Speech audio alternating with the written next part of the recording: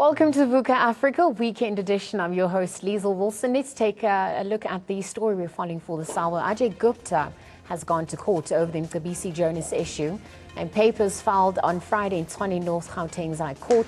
He has reiterated that he never met Deputy Finance Minister Mcebisi Jonas.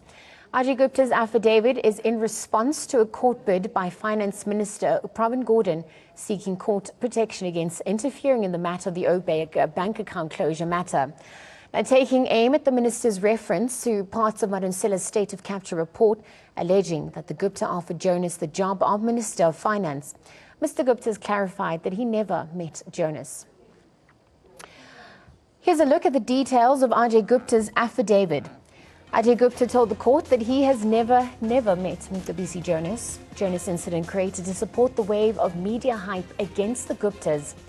The incident created to gain political advantage from an event that never occurred. Why did Pravin Gordhan not get a confirmatory affidavit for Jonas? Gordhan never approached me to find out if allegations were true or false. I'm willing to partake in any inquiry that allows me to cross-examine Jonas. The judicial inquiry will allow the family to clear its name and disclose the true facts. The inquiry will help to expose sinister and ill-motivated campaign against the family business. Truly rushed this dossier of hers, which she calls a report. She rushed this thing through, and one of the glaring omissions is to interview Ajay Gupta. You know, if you have a report, if you have an investigation which initially was meant to be a state capture report, which was meant to be much broader, and then it gets reduced into a state of capture, and it gets reduced into one family that is alleged to be more influential. Any rational person would have thought that the first people that Tuli would have interviewed would have been the Guptas. Now, to have a report of 400 pages and you don't find an interview of the Guptas is itself very suspicious. It is not surprising at all that Mr. Ajay Gupta is now confirming that this idea that the Mcebisi Jonas is a figment of the imagination of Mcebisi. See, what is happening here really is that those who defend the white monopoly capital in South Africa against the Gupta family have decided to concoct the lies and circulate these lies with the hope that they can somehow create a convincing narrative of wrongdoing. So it is really of their own creation. I have read the report by former public protector Madunsela, and in fact, it's a document which is completely unreliable.